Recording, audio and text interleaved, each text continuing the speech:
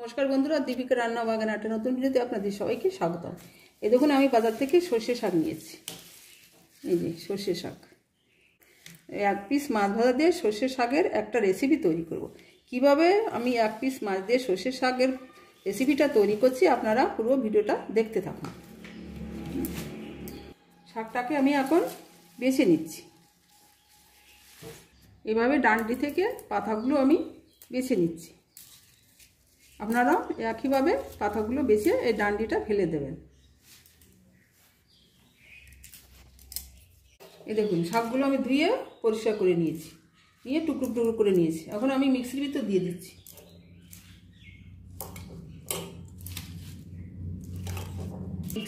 মিক্সির ভিতর দিয়ে দিচ্ছি 3টে কাঁচা লঙ্কা, 4 কোয়া রসুন, সামান্য জল দিয়ে আমি মিক্সি দিয়ে পেস্ট করে নেব। আমি পেস্ট করে নিচ্ছি। এই দেখুন কত সুন্দর পেস্ট হয়েছে, কত সুন্দর পেস্ট করে নিয়েছি। মাছ ভেজে নেব, তার জন্য কড়াইতে দিয়ে দিচ্ছি সর্ষের তেল।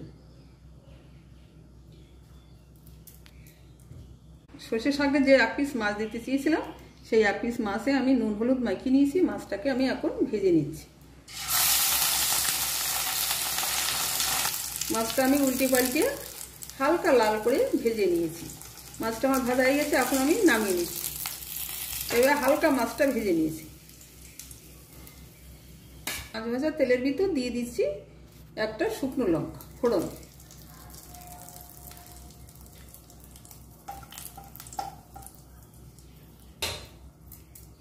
সর্ষের শাকটা মিক্সিতে যে পেস্টটা করেছিলাম, সেই পেস্টটা আমি দিয়ে দিচ্ছি।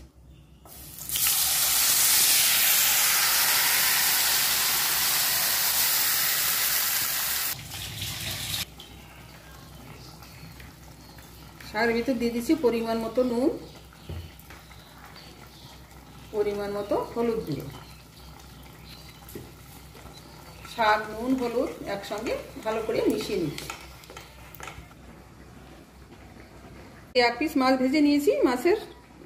যে এক পিস মাছ ভেজে নিয়েছি, মাছের ভিতর থেকে আমি কাঁটাগুলো বেছে নিচ্ছি।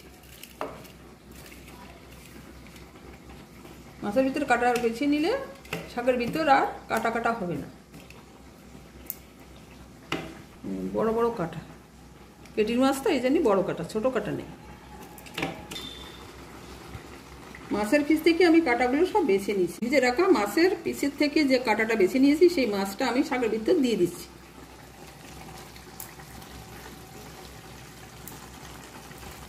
সেই মাছটা আমি শাকের ভিতর ভালো করে মিশিয়ে নিচ্ছি।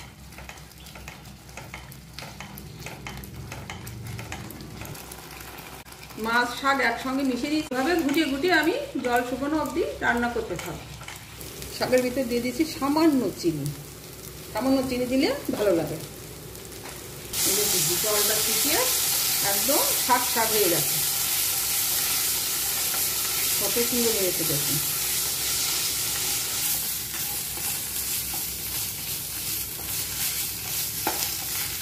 শাকটা আমার রান্না হয়ে গেছে, আমি এখন নামিয়ে নেব।